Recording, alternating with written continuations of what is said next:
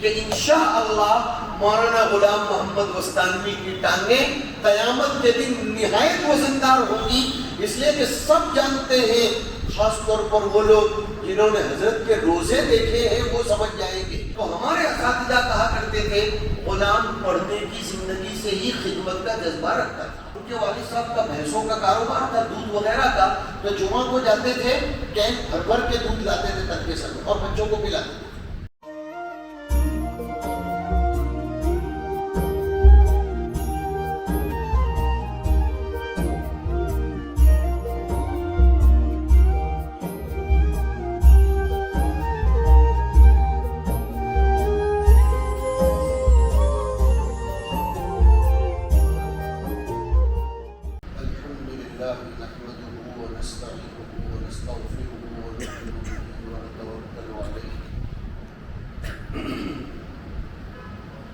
ونعوذ بالله من شرور أنفسنا ومن سيئات أعمالنا من يهده الله فلا مضل له ومن يضلله فلا هادي له ونشهد أن لا إله إلا الله وحده لا شريك له ونشهد أن سيدنا وسندنا وشفيعنا وحبيبنا ومولانا محمدا عبده ورسوله صلى الله تبارك وتعالى عليه وعلى آله وأصحابه وأزواجه وذرياته وبارك وسلم تسليما كثيرا. أما بعد فأعوذ بالله من الشيطان الرجيم. بسم الله الرحمن الرحيم. من المؤمنين رجال صدقوا ما عاهدوا الله عليه فمنهم من قضى نحبه ومنهم من ينتظر وما بدلوا تبديلا. وقال تعالى ولا تقولوا لمن يقتل في سبيل الله أموات بل أحياء ولكن لا تشعرون. صدق الله مولانا العظيم. معزز علماء کرام، بزرگوں، دوستوں، اللہ تبارک و تعالی نے دنیا کو ہنسی اور کھیل کے لیے، وقت گزارنے کے لیے، ٹائم پاس کرنے کے لیے یا فارمالٹی کے ساتھ اپنی عمر کو بتانے کے لیے پیدا نہیں فرمایا۔ اللہ پاک قرآن کریم میں الگ الگ جگہوں پر انسانوں کو اس حقیقت کی طرف متوجہ فرماتے ہیں۔ چنانچہ ایک جگہ بیان فرماتے ہیں أَفَحَسِبْتُمْ أَنَّمَا خَلَقْنَاكُمْ عَبَثًا وَأَنَّكُمْ إِلَيْنَا لَا تُرْجَعُونَ۔ ایسا سمجھتے ہو تم لوگ کہ ہم نے تم کو بس ایسے ہی کھیل کھلائیاں، بھول بھلائیاں کرنے کے لیے، فالتو وقت گزارنے کے لیے پیدا کیا ہے اور تم اپنی زندگی گزار کر ختم ہو جاؤ گے، مرا جاؤ گے اور تمہیں ہمارے پاس حاضر نہیں ہونا ہے، ایسا سمجھتے ہو؟ اللہ کی ذات کوئی چھوٹا سا کام بھی بغیر حکمت کے کرتی نہیں ہے۔ اللہ تبارک و تعالیٰ کا ہر کام حکمت بھرا ہوتا ہے۔ ایک تو یہ بات ہے۔ ایک جگہ سورہ قیامت میں 29ویں پارے میں اللہ تعالیٰ فرماتے ہیں اَيَحْسَبُ الْإِنسَانُ أَن يُتْرَكَ سُدًى۔ کیا انسان ایسا سمجھتا ہے کہ اس کو ایسے ہی چھوڑ دیا جائے گا اور اس سے کچھ پوچھا نہیں جائے گا؟ نہیں۔ ایک جگہ اللہ تعالیٰ فرماتے ہیں وَمَا خَلَقْنَا السَّمَاوَاتِ وَالْأَرْضَ وَمَا بَيْنَهُمَا لَاعِبِينَ۔ ہم نے آسمانوں اور زمینوں کو اور آسمانوں زمینوں کے بیچ کی تمام چیزوں کو کھیل کے لیے، وقت گزاری کے لیے پیدا نہیں فرمایا۔ اس جیسی ہزاروں آیتیں جن میں اللہ تبارک و تعالیٰ یہ بیان فرمانا چاہتے ہیں کہ اس دنیا میں ہر انسان کا جنم ایک خاص مقصد کے لیے ہوتا ہے۔ دنیا کی کوئی چیز، بلکہ آج آپ یہ سنیے، چاہے وہ ذی روح ہو یا غیر ذی روح ہو، چاہے ہماری گنتی میں وہ عقل مند ہو یا بے عقل ہو، دنیا کی کوئی چیز اللہ پاک نے فالتو پیدا نہیں فرمائی۔ اللہ تعالیٰ ارشاد فرماتے ہیں هو الذی خلق لکم ما فی الارض جمیعا۔ بڑی پیاری آیت ہے یہ کہ اللہ وہ ہے جنہوں نے تمہارے فائدے کے لیے زمین کی تمام چیزوں کو پیدا فرمایا ہے۔ فائدے کا مطلب مفسرین نے دو باتیں ذکر فرمائی ہیں، سننے جیسی چیزیں ہیں یہ قرآن کریم۔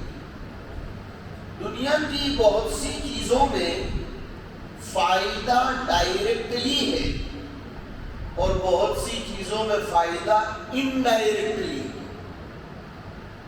یا یوں سمجھو کہ دنیا کی چیزوں کا ایک فائدہ تو یہ ہے کہ ہم اس کو اپنے برتنے میں لائیں، اپنے استعمال میں لائیں، کھانے پینے، سواری کرنے، گھر بنانے، لذتیں اٹھانے، استمتاع وغیرہ میں وہ چیزیں استعمال کریں۔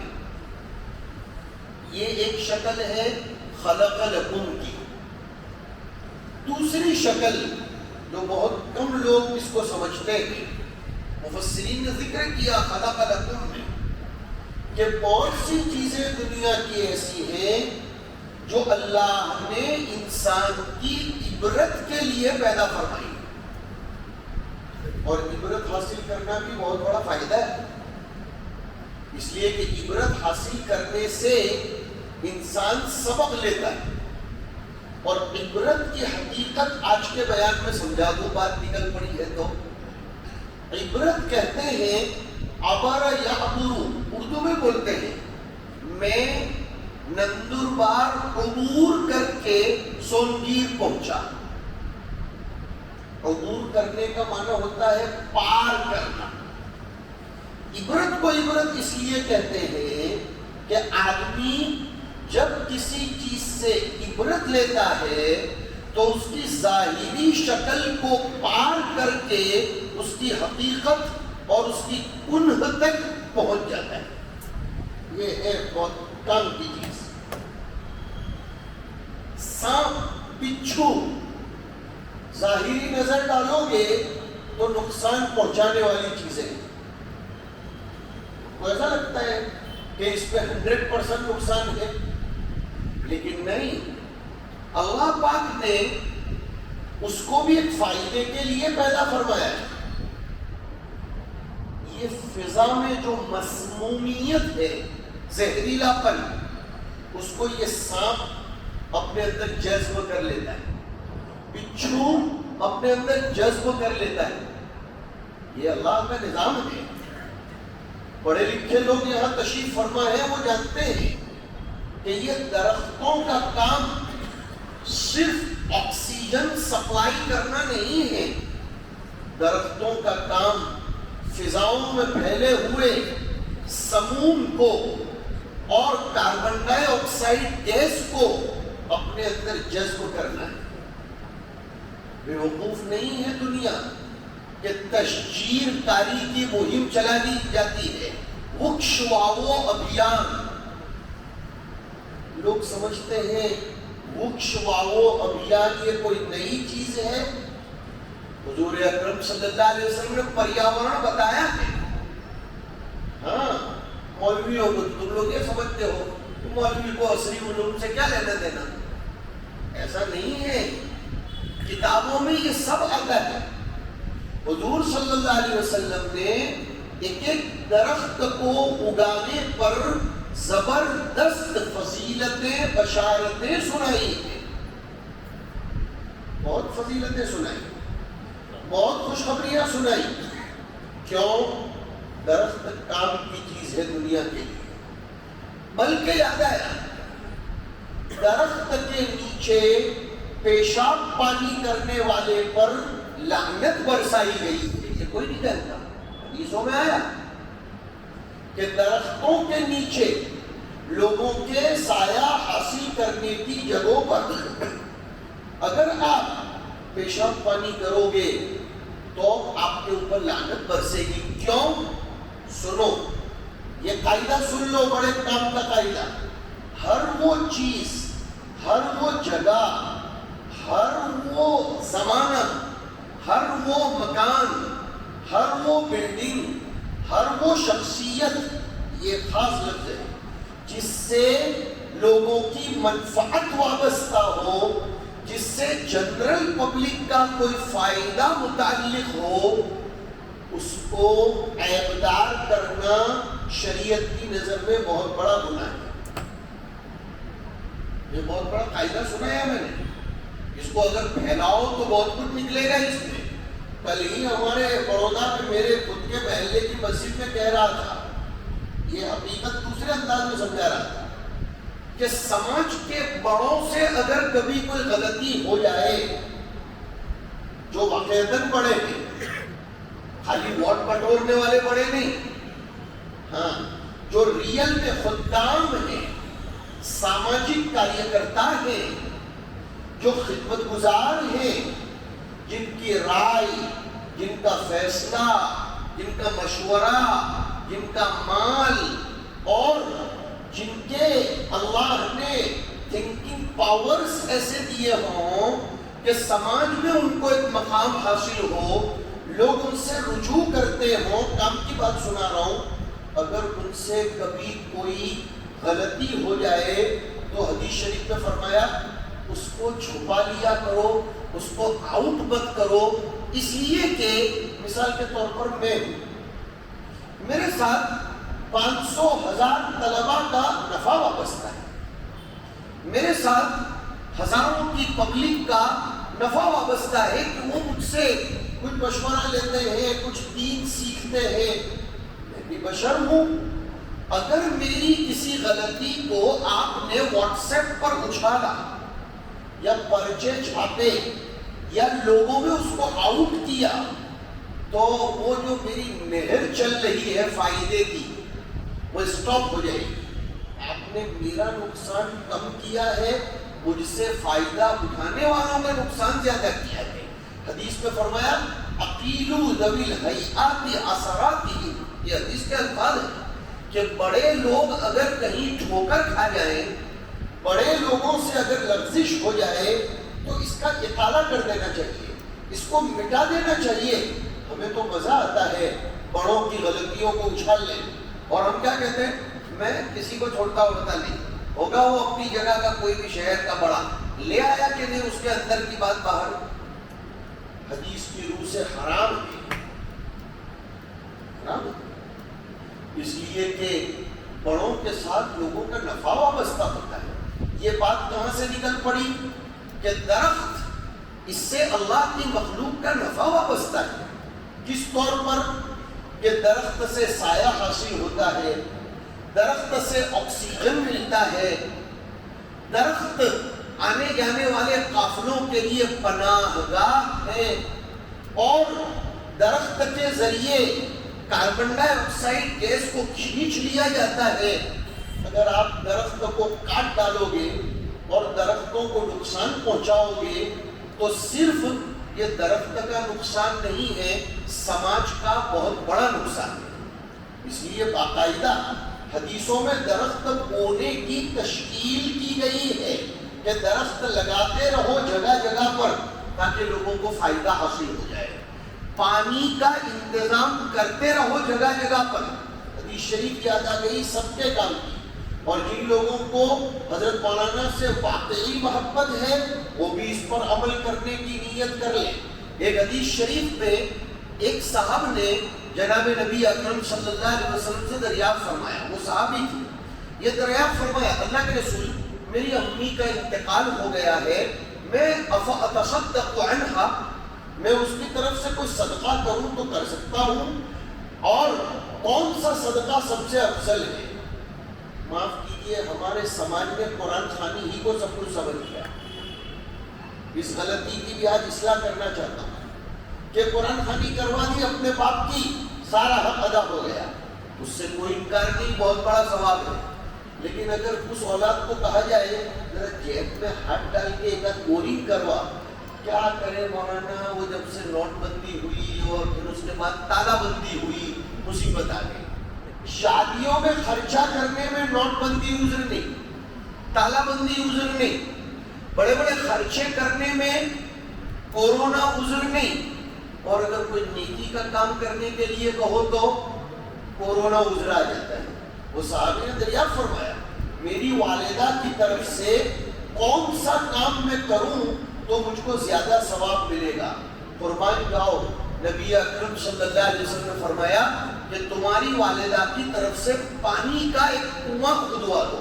یہ حضور نے فرمایا پانی کا کنواں کھدوا دو, تاکہ پرندے چرندے انسان راہ گزر سب کے سب لوگ اس سے فائدہ اٹھا سکیں.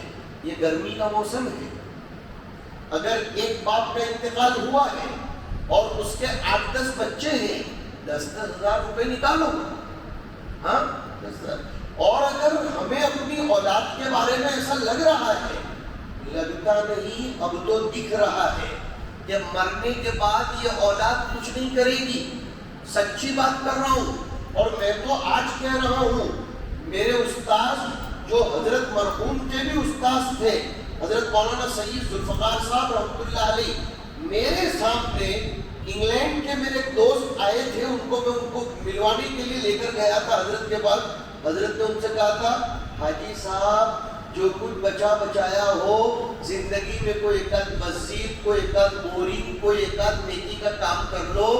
تمہاری اولاد تمہارے مرنے کے بعد کچھ کرے گی نیور ایور ہو نہیں سکتا, بلکہ وہ تو اکاؤنٹ چیک کریں گے کہ کہیں ایسا تو نہیں ہے کہ میرے بھائی کو ایک آدھ اکاؤنٹ کا ICI کا علم ہے اور مجھ کو خالی HDFC کا علم ہے, کہیں تیسرا SBI تو نہیں ہوگا, کہیں چوتھا BOB تو نہیں ہوگا, کہیں پانچواں مہاراشٹر کی وہ جو لوکل بینک چلتی ہے. اور اگر دھیرے سے بڑی بھی کو اندر پتا چلے گا جو عدت کے نام سے چادر باندھ کر بیٹھی رہی ہے, تو وہ یہ کہے گی کہ وہ جو لوکل چلتا ہے کھیتی باڑی کا کھاتا, وہ صرف اپنی بیٹیا کو بتائے گی کہ بیٹا یہ لونڈوں کو مت بتاؤ, یہ اپن دونوں مل کے بانٹ. یہ زمانہ دکھا رہا ہے, ایموشنل ہو کر نہیں بات کر رہا ہوں, یہ چل رہا ہے. تو اب اس زمانے میں ضرورت ہے اس بات کی کہ ہم میں کا ہر آدمی اپنی زندگی میں صدقہ جاریہ کا کوئی نظام کر کے جائے, جس کی جیسی سکت ہو, جس کی جیسی طاقت ہو, وہ اس اعتبار سے کر کے جائے. اللہ نے زیادہ پیسہ دیا ہے, بورنگ کروا لے, مسجد بنوا لے, مسافر خانہ بنوا لے, کسی ہاسپٹل میں ایک آدھ کمرہ بنوا لے, کسی ہاسپٹل میں کوئی مشین دلا دے. ارے کچھ نہ صحیح تو بلڈ پریشر ناپنے کا مشین ہی دلا دو کسی ڈاکٹر کے یہاں, تاکہ غریب کا, اس لیے کہ روزمرہ کی چیزیں ہیں, اور بلڈ پریشر ناپ کر اس کی زندگی کے خطرے کے بارے میں اس کو خبر مل جائے گی تو وہ دوا کرے گا. دوا کرنے کا سبب آپ کا بلڈ پریشر کا مشین بنا, اور حدیث میں آتا ہے سبب پر بھی اتنا ثواب ملتا ہے جتنا حقیقت پر ثواب مل جائے. تو عرض یہ کر رہا تھا کہ یہ دنیا کی زندگی فالتو نہیں ہے, یہ دنیا کی زندگی بطور امانت کے ہے. اللہ نے ہر انسان کو ایک مقصد لے کر اس دنیا میں پیدا فرمایا ہے. اگر وہ اس مقصد کو پورا کر کے جاتا ہے تو اس کی عمر اتنی گرا مایا, اتنی قدر والی اور اتنی مقدس, اتنی مبارک کہ آسمان پر فرشتے اس کی روح کی آمد کا انتظار کرتے ہیں۔ ایک حدیث شریف میں آیا من احب لقاء اللہ احب اللہ لقاءہ ومن کرہ لقاء اللہ کرہ اللہ لقاءہ، کہ جو خدا سے ملنے کے لیے تڑپتا ہے، جو خدا سے ملنے کے لیے مشتاق رہتا ہے، اللہ اس کی روح کی آمد کے انتظار میں آسمان کے دروازے کھلے رہتے ہیں۔ اب یہاں سمجھنا پڑے گا کہ خدا سے ملنے کے لیے تڑپ کون سکتا ہے؟ سمجھاؤں میں آپ کو؟ بھیا دیکھو، اگر آپ نے میرے ساتھ کوئی کانڈ کیا ہو، ہاں، یا میں نے آپ کے ساتھ کوئی کانڈ کیا ہو، نعوذ باللہ، دونوں کے لیے نعوذ باللہ بول رہا ہوں، میں نے آپ کی کوئی چیز چرائی ہو، یا بہت سمپل بات سمجھا ہو، میں نے آپ کی سپرد کردہ امانت میں کوئی گڑبڑ کی ہو، یا آپ نے میری سپرد کردہ امانت میں کوئی گڑبڑ اور خیانت کی ہو، تو ہم ایک دوسرے کو منہ بتانے کے لیے تیار ہی نہیں ہوں گے، بلکہ ایوائڈ کریں گے۔ کوئی شادی وادی کے موقع پر ایک دوسرے کو ملنے کا کوئی بہانہ بن بھی رہا ہوگا تو دھیرے سے سوال کریں گے، وہ آنے والے ہیں، اچھا نہیں لگ رہا ہے، ہم دونوں آمنے سامنے۔ کیوں؟ فراڈ کیا ہے، خیانت کی ہے۔ اور اگر میں نے آپ کے ساتھ محبت کا معاملہ کیا، آپ کی امانت کو اور بڑھایا، آپ کی امیدوں سے زیادہ میں نے آپ کا کام کیا، تو اب میں کوئی بہانہ تلاش کروں گا کہ کوئی اوکیزن، کوئی فیسٹیول، کوئی تقریب، کوئی موقع ایسا آ جائے کہ جس میں ہم ایک دوسرے سے ملے، آپ مجھے شاباشی دیں، میں آپ کو شاباشی دوں۔ یہ ہے اس حدیث شریف کا مطلب۔ اتنا پیارے انداز میں آپ کو سمجھا دیا کہ جو لوگ اللہ کی دی ہوئی امانت یعنی عمر، اس کا اچھا استعمال کرتے ہیں، اس کو خدا کے مفوض کردہ کاموں میں لگاتے ہیں۔ خدا کا مفوض کردہ کام کیا؟ آج ایک نئے انداز میں سمجھاؤں، خدا کا بندہ بن کر زندگی گزارتے ہیں۔ وَمَا خَلَقْتُ الْجِنَّ وَالْإِنسَ إِلَّا لِيَعْبُدُونِ کا ہی ترجمہ کر رہا ہوں، اس لیے کہ اب تو مصیبت یہ ہے کہ عبادت کا مطلب خالی مسجدوں میں لے لیا گیا ہے۔ میں حضرت مولانا کی زندگی کو سامنے رکھ کر یہ سب باتیں کر رہا ہوں کہ جو خدا کا بندہ بن کر زندگی گزارتے ہیں، خدا کا خدا بن کر زندگی نہیں گزارتے، جن کی زندگیوں میں شان عبدیت کپڑوں میں، اٹھنے بیٹھنے میں، بولنے چالنے میں، مخلوق کے ساتھ کا ویوہار کرنے میں، اور خلق خدا کے لیے اپنی زندگی کو بحر سیال بنا کر لوگوں کے حوالے کرنے میں گزارتے ہیں، تو خدا پاک بھی ایسوں کی روح کی آمد کے انتظار میں رہتے ہیں کہ یہ کب آئے گا میرے پاس، یہ کب مجھ سے ملے گا، اس لیے کہ اس نے تو میرا کتنا کام کیا ہے۔ ایک حدیث شریف سنا ہوگا، حضرت عبداللہ بن مسعود رضی اللہ تعالیٰ عنہ کا نام سنا ہوگا۔ حضور کے خادم تھے۔ کیسے خادم معلوم ہے؟ حضور کا مسواک بھی وہی سنبھالتے تھے، حضور کے جوتے مبارک بھی وہی سنبھالتے تھے، حضور کا تکیہ مبارک بھی وہی سنبھالتے تھے۔ خدمت، بس خدمت کرتے ہیں۔ صاحب النعلین، صاحب الوسادہ، صاحب السواک، یہ سب لقب ہیں سیدنا عبداللہ ابن مسعود رضی اللہ تعالیٰ۔ حضور کے ساتھ لگے رہتے تھے، یہاں تک آیا کہ جناتوں کو تبلیغ کرنے جب حضور تشریف لے گئے تو تقریباً موقعوں پر عبداللہ بن مسعود کو ساتھ لے گئے۔ 5 موقعوں پر حضور جناتوں کے اندر مستقل تشریف لے گئے۔ یہ درس کی بات ہے لیکن موٹی موٹی بات سنا ہوں کہ 5 موقع ایسے تھے کہ جن میں حضور خود جناتوں کے محلے میں کہو، جناتوں کے گیٹ ٹو گیدرنگ میں کہو، جناتوں کے مجمع میں کہو، دعوت دینے تشریف لے گئے تھے۔ اس میں انتخاب کس کا کیا تھا؟ عبداللہ بن مسعود رضی اللہ تعالیٰ۔ خدمت کا حق بھی عجیب نبھایا، عجیب نبھایا۔ عبداللہ بن مسعود کہتے ہیں میں نے پتہ لگا لیا تھا کہ سرکار کو سحری کے وقت اٹھ کر کیا پسند ہے۔ اب تو حال الٹا ہے، کچھ لوگ مہمان بلاتے ہیں ہم کو بھی، اب خود ہی اٹھتے ہیں 9-10 بجے اور ہمیں چائے کی عادت ہے 7 بجے. امراوتی کے قریب ایک جگہ پر ہوا ایسا، ہم نے منع کیا تھا کہ تم صبح فجر کے وقت چائے نہیں پلا سکو گے، ضد کر کر کے لے گئے.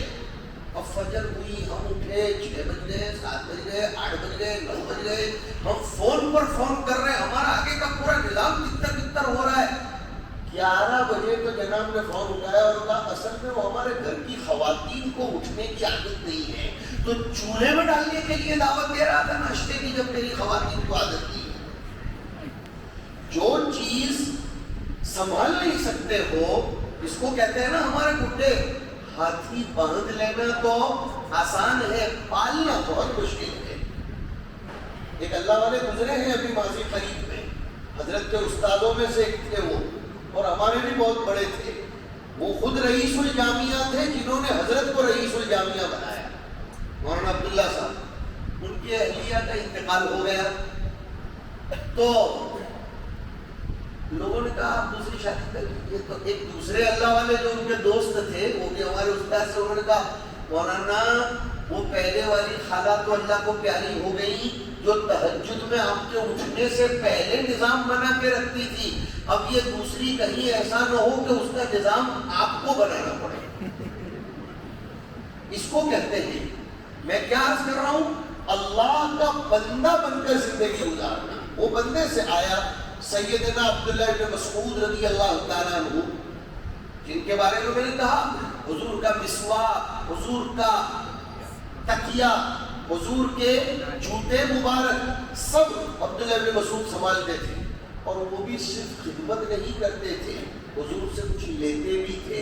چنانچہ صحابہ میں ان کی پرائیورٹی اور ان کی اسپیشلٹی ایسی ہے کہ 70 صورتیں کسی صحابی نے براہ راست حضور سے حاصل نہیں کی سوائے عبداللہ بن مسعود رضی اللہ عنہ. 70 صورتیں ڈائریکٹ حضور سے حاصل کی. اور حضور صرف الفاظ کی مشقتوں کرواتے نہیں ہوں گے. یہاں سے ہی میں اپنے طلباء سے کہا کرتا ہوں کہ حنفیہ کے مسلک کا تمام تر دار و مدار عبداللہ بن مسعود کی روایتوں پر ہے.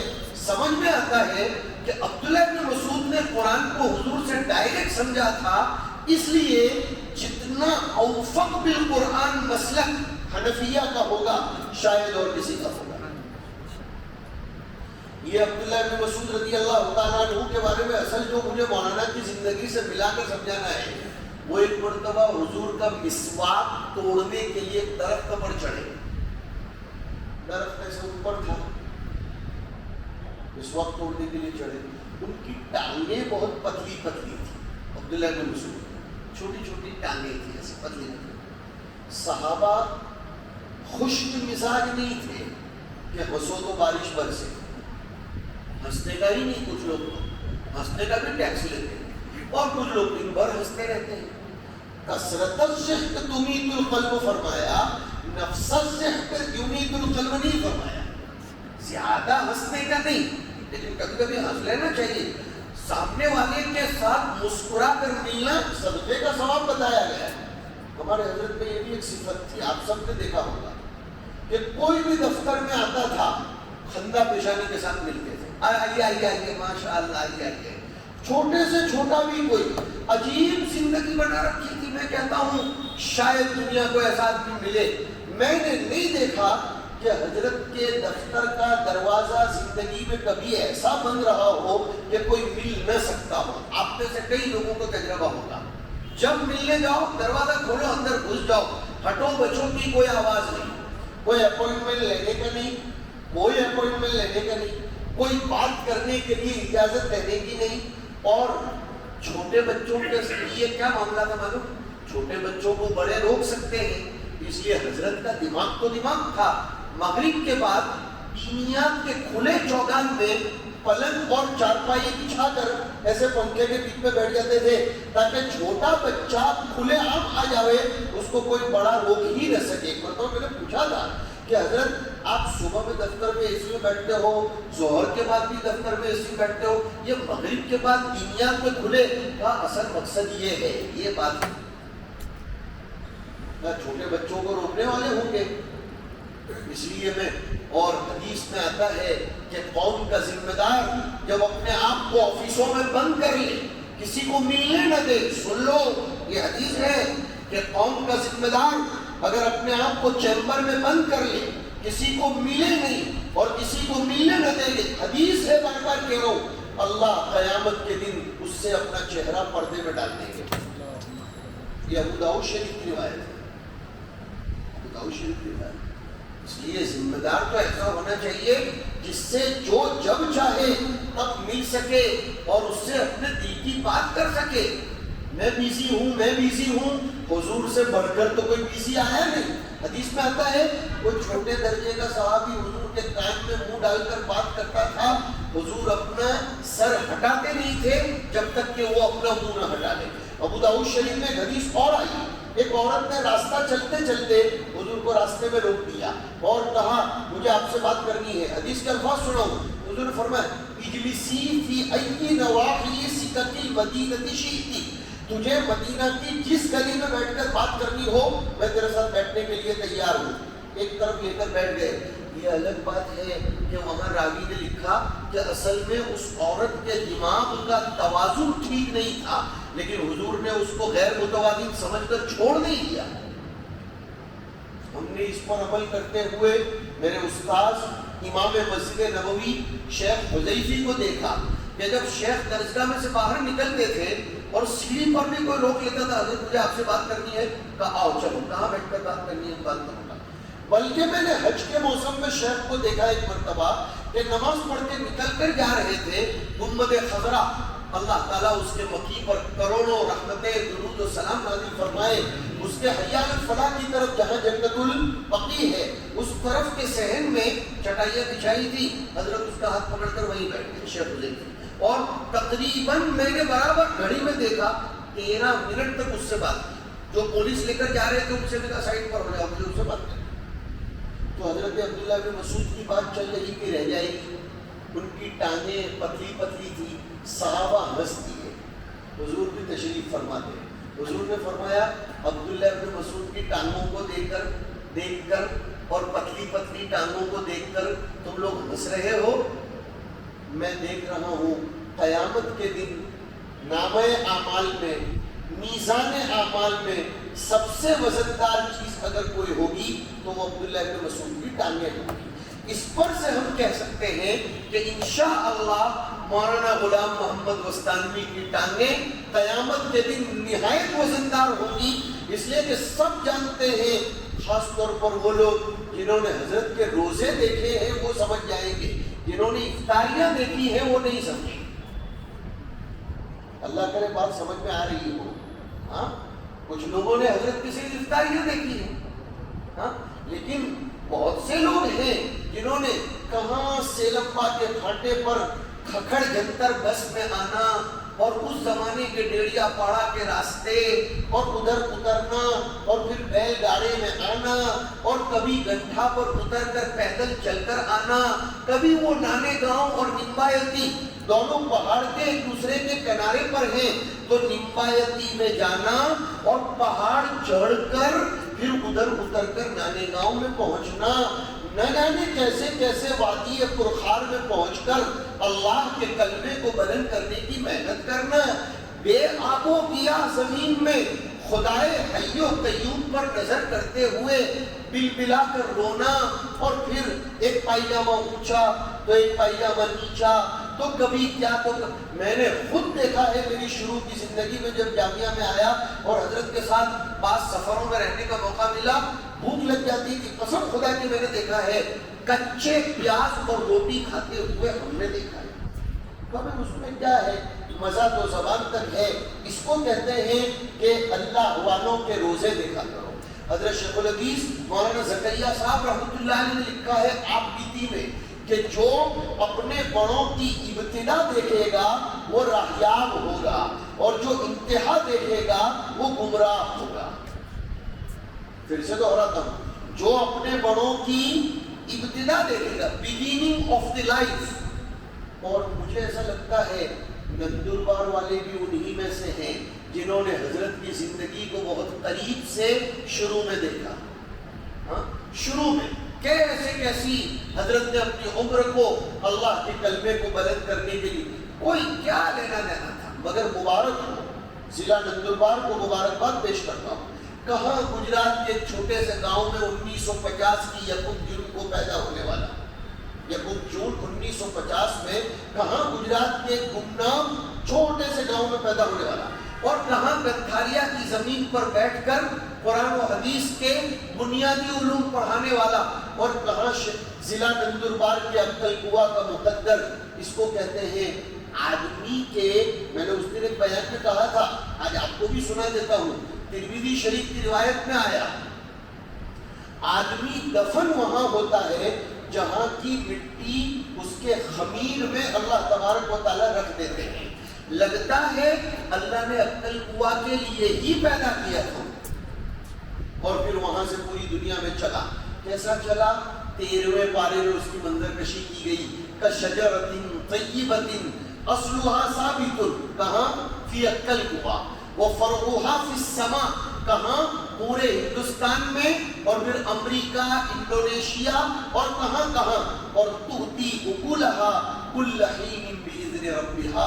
یہ آیت ہے جو میں نے پڑھی تھی, اور میں سمجھانا چاہ رہا تھا عمر اللہ کی امانت ہے. میں نے شروع میں جو باتیں کہی بہت قیمتی ہے, جو شروع کے آدھے گھنٹے کی بات ہے, کہ اللہ نے اس دنیا کو ایک نظام کے ساتھ پیدا فرمایا, اور وما خلقت الجن والانس الا لیعبدون کا مطلب خدا کا بندہ بن کر زندگی گزارنی ہے, اور خدا کا بندہ بننے کے لیے بنیادی طور پر 2 چیزیں ضروری ہیں, ایک تواضع اور ایک خدمت. خدا کا بندہ بن کر زندگی گزارنے کے لیے یہ 2 چیزیں بنیادی ہیں, ایک تواضع اور ایک خدمت. حضرت میں یہ دونوں چیزیں کوٹ کر بھری ہوئی تھی. میں نے دیکھا کچھ لوگ بیعت ہونے آتے تھے, بیعت ہو کر جاتے تھے, حضرت کہتے تھے میرے اندر کچھ بھی نہیں ہے, میں سب جانتا ہوں کہ یہ خواہ مخواہ کے لیے مجھ سے بیعت ہو رہے ہیں, ایسا بھی فرماتے تھے. کیسی تواضع ہے, لیکن خیر اب بڑوں کے ساتھ کی نسبت ہے, اس کی وجہ سے میرا کام ڈھک جاتا ہے, ورنہ میں تو میں ہوں. 1999 میں میرا بالکل شروع کا مہینہ تھا عبدل قوے میں, 1999 میں پہنچا تھا عبدل قوا, شروع کا مہینہ تھا. احمد آباد میں بہت بڑے مالدار میں, اس زمانے میں, یہ 27 سال پہلے کی بات ہے, اس زمانے میں اعلیٰ ترین گھر بنانا, اور احمد آباد جیسی سٹی میں کوئی آسان کام نہیں تھا. اب تو چھوٹے چھوٹے لوگ بھی بڑے بڑے گھر بنا رہے ہیں. جیسے یہ موبائل شروع میں نکلا تھا تو موبائل کسی کے ہاتھ میں ہونا اس کی مالداری کی علامت. ہم لوگ جب چھوٹے چھوٹے تھے گاؤں میں کسی کے گھر پر فریز ہوتا تھا تو سمجھتے تھے بہت مالدار ہے, اور ہم خود وہ لاری والے کے یہاں برف لینے جاتے تھے. وہ ایسا وہ موٹا کیلا رکھتا تھا, برف کی لادی ہوتی تھی, اس کو یوں کر کے کھرچتا تھا اور توڑ کر 30 پیسے کا 1 کلو برف, 50 پیسے کا 2 کلو برف, ایسا ہوتا تھا. آدمی کو اپنا ماضی بھولنا نہیں چاہیے, ہمیشہ ماضی یاد کرتے رہنا چاہیے. تو بات یہ چل رہی تھی, وہ احمد آباد میں حضرت سے ملنے والے ایک بڑی فیکٹری کے مالک ہیں, ابھی بھی وہ زندہ ہے. انہوں نے اعلیٰ ترین مکان بنایا تھا, اور اس کے یہاں دعا کر کے جانا تھا. حضرت نے مجھ کو ساتھ دے دیا. وہ سب بتا رہے تھے حضرت کے ایسا کمرہ, یہ ایسا ہال, یہ خدا کی قسم حضرت مجھے بار بار عربی میں فرما رہے تھے, ماں لنا ولی دنیا, ماں لنا ولی دنیا, ہمیں دنیا سے کیا لینا دینا, انما متاع الحیات الدنیا قلیل. حضرت عرب, اور میں نے دیکھا اس کا دل ٹوٹ نہ جائے اس لیے گجراتی میں نہیں بول رہے تھے, اور میری تربیت ہو اس لیے عربی میں بول رہے تھے. سمجھنے والوں کے گل کی چیز ہے. اگر گجراتی میں بولتے کہیں یہ اور نتیمہ ہوں بنائی ہوئی تو اس کا دل ٹوٹ جاتا, تو اس کا دل ٹوٹ جاتا. ہاں, اور مجھ کو اگر یہ بڑے تو دیکھو ان کی تربیت کے انداز, اگر مجھ کو یہ بولتے کیا زبردست مکان بنا دیکھو, تو میرے دل میں تو دنیا آباد ہو جاتی نا. میرے دل میں یہ بڑے ہوتے ہیں جو بیک وقت دونوں کام کر جاتے ہیں کہ چھوٹوں کی تربیت اور بڑوں کے کسی بھی معاملے پر کبھی نظر نہ کرنا. انگلینڈ میں ابھی 2 سال پہلے اخیر میں تشریف لے گئے, ایک مسجد میں تشریف لے گئے, صاحب بول دیا میں میرے جامعہ کا چندہ کرنے نہیں آیا ہوں تمہارے پاس, تمہاری مسجد کو تو میں نے عبدل قوا میں بیٹھ کر اتنے پیسے دلائے تھے. یہ شان استغنا ہوتی ہے. تو بات کر رہا تھا تواضع, آدمی کے اندر تواضع ہونی چاہیے. ہم لوگ آج کل جو مس بیلنس کر رہے ہیں اس کی وجہ یہ ہے ہم نے اپنے بھوتکال کو بھلا دیا ہے. یہ آج کے بیان میں یہ بھی سبق لیتے جاؤ.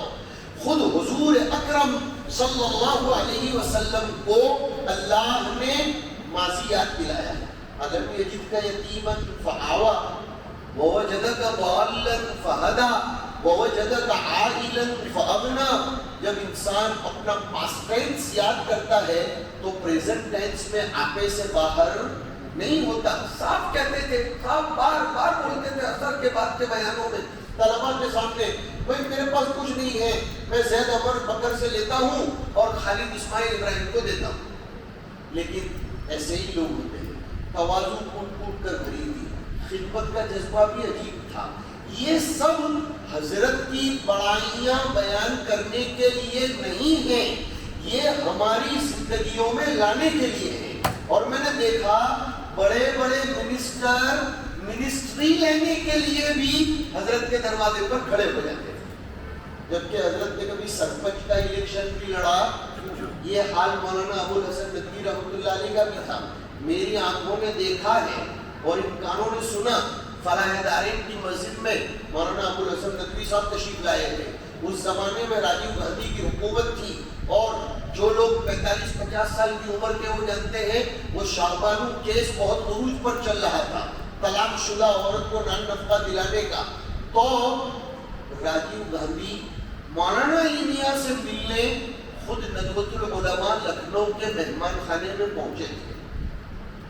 بڑے ایسے ہوتے ہیں جو سامنے چل کر نہیں جاتے بلکہ منسٹر ان کے پاس ملنے آتے ہیں, اس لیے کہ اگر ہم سامنے چل کر بڑوں کو ملنے جائیں تو ان کی شان بڑھ جائے گی.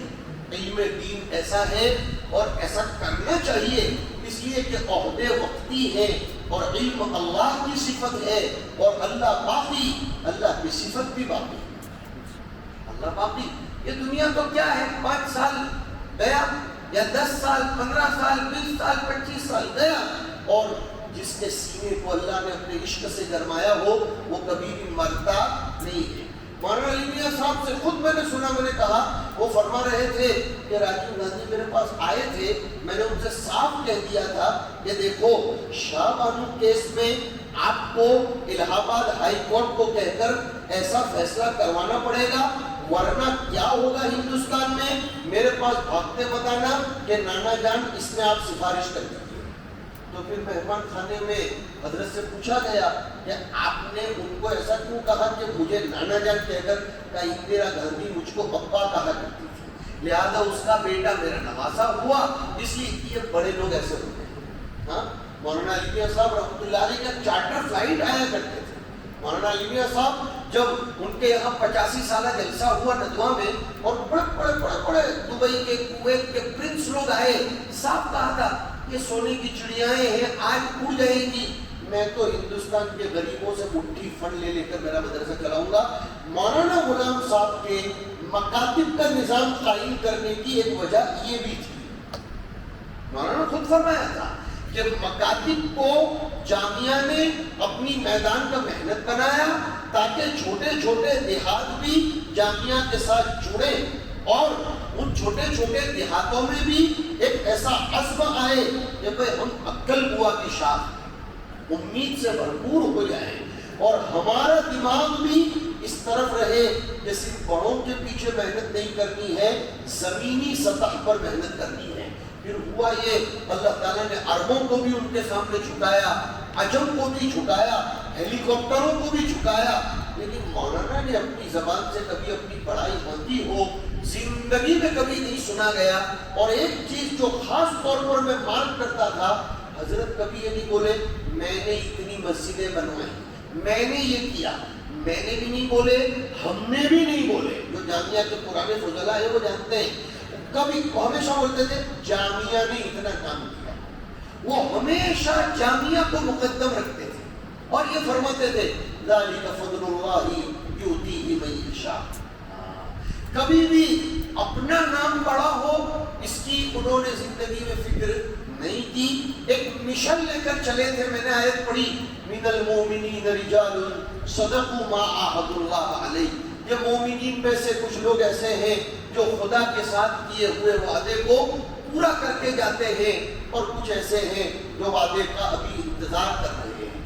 تیسری چیز حضرت کے اندر جو تھی وہ استقامت تھی۔ کسی چیز کے اوپر جم جاتے تھے نا تو پھر کوئی کتنا بھی کنفیوز کرنے کی کوشش کرے، حضرت نہیں ہوتے۔ میں نے ایک دفعہ پوچھا تھا، جو میں نے خود دیکھا وہ سنا رہا ہوں۔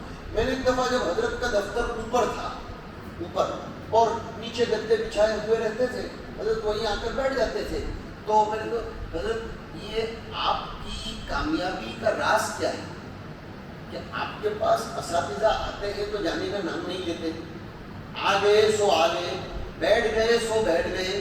کیا اچھا جواب دیا، کہا میں کسی بھی استاذ کو رکھنے سے پہلے 100 دفعہ سوچتا ہوں اور رکھنے کے بعد 0 مرتبہ بھی نہیں سوچتا۔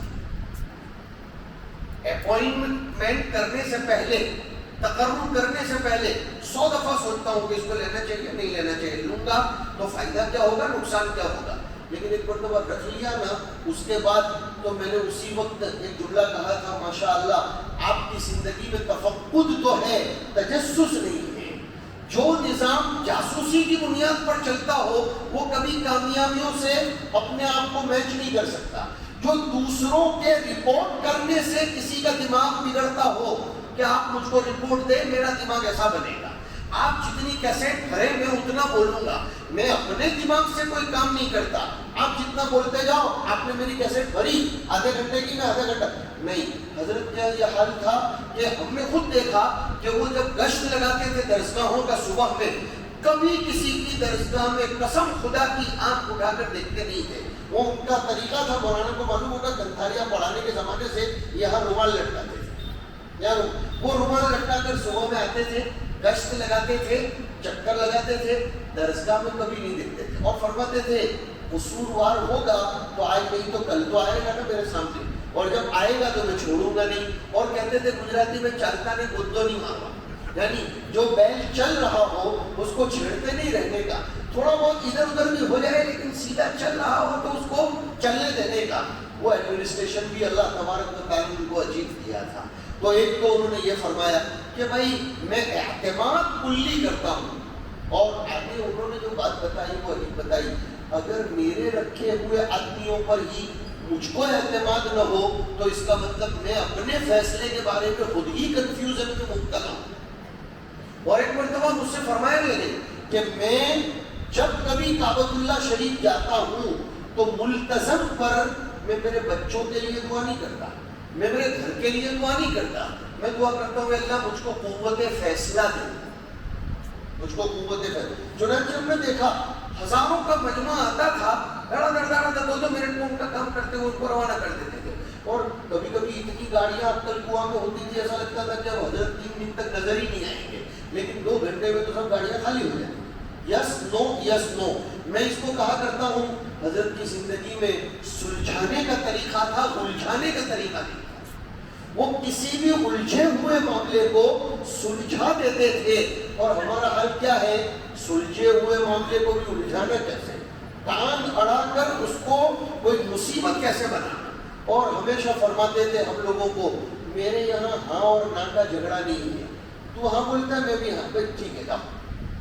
ایک واقعہ بھی سناتے تھے کہ علی گڑھ مسلم یونیورسٹی کے وائس چانسلر ایک مرتبہ رات کو اوپن گاڑی میں اپنی بیوی کو لے کر کیمپس کے گشت کے لیے نکلے۔ سننے جیسا واقعہ، میری آپ کی زندگی میں بھی آ جانا چاہیے۔ کھلی اوپن گاڑی آتی ہے، اس میں نکلے وائس چانسلر، ان کی بیوی بھی ساتھ میں تھی، رات کا وقت تھا، اسٹوڈنٹس کا ایک بہت بڑا ڈیلیگیشن کھڑا تھا۔ انہوں نے دوسرے اسٹوڈنٹس کے بارے میں کمپلینٹ کی کہ سر وہ لوگ ایسے ایسے ہیں، بہت بدماش ہے، سزا دیکھا، یو آر رائٹ۔ چانسلر صاحب نے کہا تم برابر کہہ رہے ہو۔ کافی آگے بڑھے، علی گڑھ یونیورسٹی بہت بڑا کیمپس ہے، کافی آگے بڑھے تو وہ جو اپوزیشن پارٹی تھی نا وہ وہاں کھڑی ہوئی تھی، اور اس نے ان کی شکایت کی کہ وہ لوگ ایسے بدماش وغیرہ وغیرہ، کہا یو آر رائٹ۔ ان سے بھی کہا کہ تم بھی صحیح کہہ رہے ہو۔ تو آگے جا کر ان کی بیوی نے کہا کہ یار یہ عجیب بات ہے، تم ان کو بھی کہہ رہے ہو کہ یو آر رائٹ، ان کو بھی، تو کہا یو آر آلسو رائٹ۔ اپنی بیوی سے کیا فرمایا کہ یو آر آلسو رائٹ، کہ تیرا اعتراض کرنے میں تیری جگہ برابر، وہ بھی صحیح، یہ بھی صحیح، یہ بھی صحیح۔ آدمی کو بڑا کام کرنا ہونا تو الجھنا نہیں چاہیے۔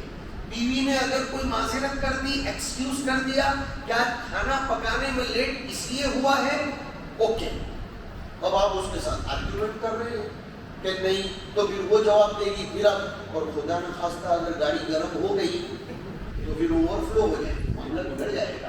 حضرت کے یہاں یہ چیز تھی، سلجھایا کرتے تھے معاملات کو، بڑے بڑے لوگوں کے معاملات، اور عجیب زندگی تھی۔ ابھی آتے آتے میں راستے میں سوچ رہا تھا کہ وہ جملے نقل کر دوں پھر بات ختم کریں گے۔ حضور پاک صلی اللہ علیہ وسلم پر جب پہلی وحی آئی، حضور گھبرا گئے تھے۔ حضرت خدیجہ الکبریٰ رضی اللہ تعالیٰ عنہا نے جو جملے ارشاد فرمائے تھے وہ سنانا ہے۔ حضرت خدیجہ نے فرمایا تھا، واللہ لا یخزیک اللہ ابدا، اللہ آپ کو کبھی رسوا نہیں کرے گا، اور میں اس کا دوسرا ترجمہ کروں، اللہ آپ کو کبھی بے سہارا نہیں چھوڑے گا۔ مولانا غلام صاحب کا بھی حال یہی تھا کہ خدا نے کبھی انہیں بے سہارا نہیں چھوڑا۔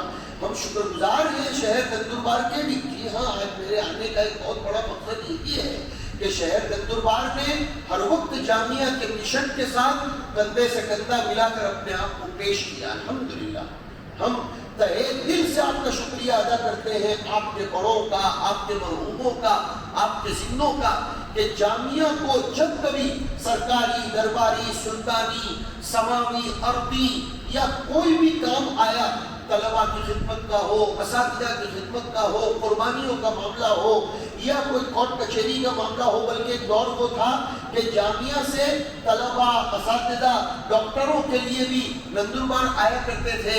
اللہ آپ سب لوگوں کو جزائے خیر دے۔ امید نہیں بلکہ یقین کرتے ہیں، حضرت تو قبر میں چلے گئے لیکن حضرت کا مشن ابھی بھی زندہ ہے، اور تا قیامت زندہ رہے گا۔ جامعہ کے ساتھ آپ سب کو جڑا رہنا چاہیے۔ یہ بہت بڑا پیغام ہے جو میں آپ کو دینا چاہتا ہوں، اور یہ میں نہیں دے رہا ہوں۔ حضرت ابو بکر رضی اللہ تعالیٰ عنہ نے حضور کے وصال پر منبر پر کھڑے ہو کر کہا تھا، جو آج ہم آپ کو کہہ رہے کہ من کان یعبد محمدا فإن محمدا قد مات، کہ جو محمد کی عبادت کرتا تھا، سن لو، محمد کا تو انتقال ہو گیا۔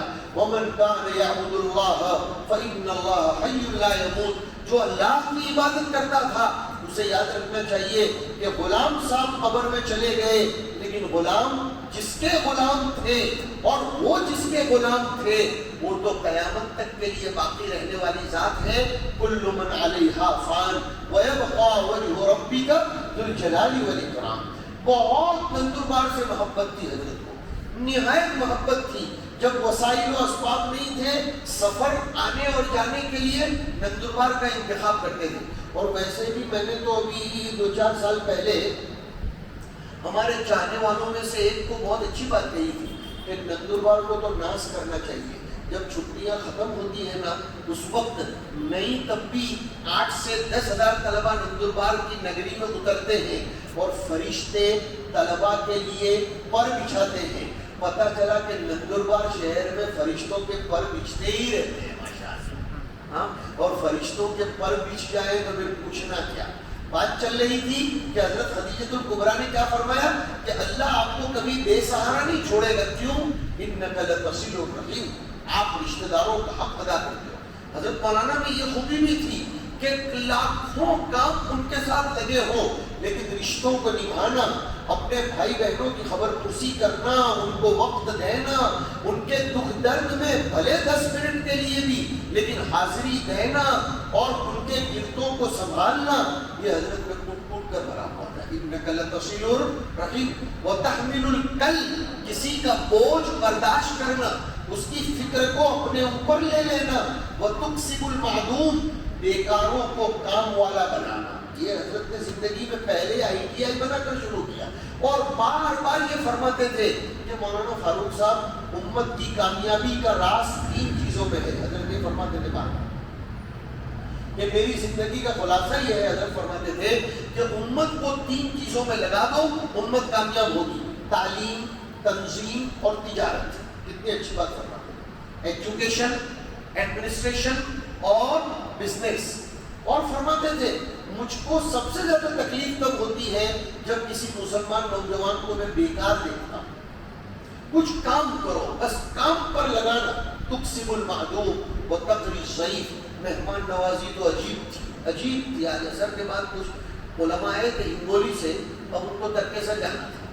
تو کہا ہم تو کبھی پہنچ جائیں گے، آپ کا نام لے لیں گے کھانا مل جائے گا. میں نے کہا جامعہ تھوڑا ہے کہ کبھی بھی نام لیں گے اور کھانا مل جائے گا. وہ تو جامعہ ہوتا تھا کہ حضرت کے یہاں پہلے ہی اصول تھا، میرے پاس ملنے بعد میں بھیجنا، پہلے اس کو کھانے کا پوچھو، اور اگر مطبخ میں کھانا نہ ہو تو کسی ہوٹل سے لا کر کھلاؤ، لیکن اس کو کھلا کر آرام کرواؤ. وہ تقریر صحیح. مہمان نوازی اسلام کا بہت بڑا گن ہے. مہمان نوازی بھی آج کل کی عورتوں کو مہمانوں کی خدمت کرنا جان پہ آتا ہے. نہ بول دو نا، تم کو تو کیا ہے. ارے بھائی مہمان تو قسمت والوں کے گھر پر آتے ہیں. اور آخری صفت فرمائی وَتُعِينُ عَلَى نَوَائِبِ الْحَقِّ، کہ زمانے میں جو مصیبتیں آتی رہتی ہیں اس پر آپ مدد کرتے ہو. دنیا کے کسی بھی کونے میں کوئی مصیبت آتی تھی، مولانا بے چین ہو جاتے تھے، اور پھر اس کے لیے اس کو سفارش کی، اس کو سفارش کی، اور رفاہی کاموں کا جال بچھایا.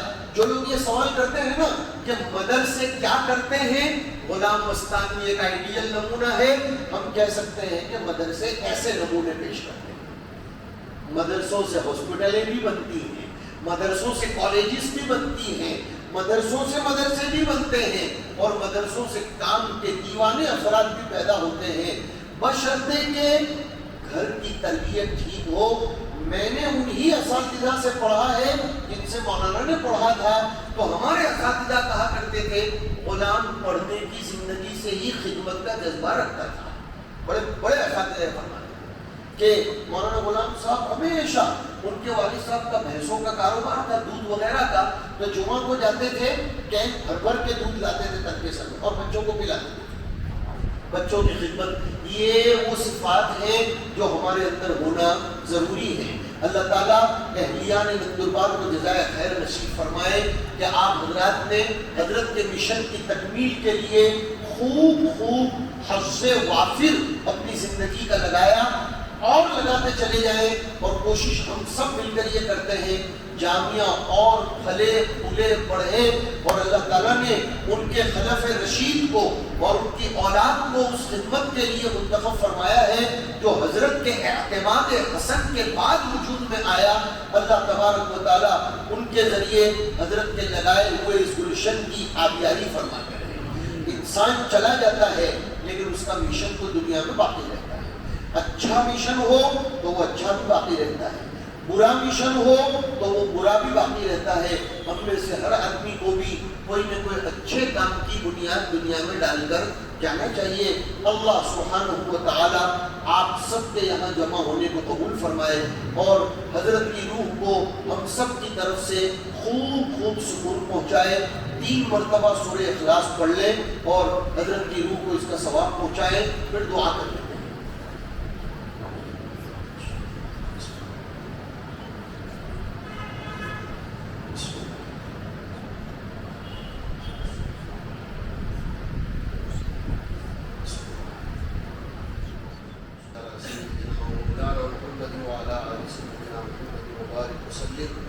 ربنا اتمم لنا نورنا واغفر لنا انك على كل شيء قدير. اللهم اغفره وارحمه وسكنه في الجنه. اللهم اجعل قبره روضة من رياض الجنه. اللهم اغسله بالماء والثلج والبرد ونقه من الخطايا والذنوب كما ينقى الثوب الابيض من الدنس. اللهم نقه من الخطايا والذنوب كما ينقى الثوب الابيض من الدنس.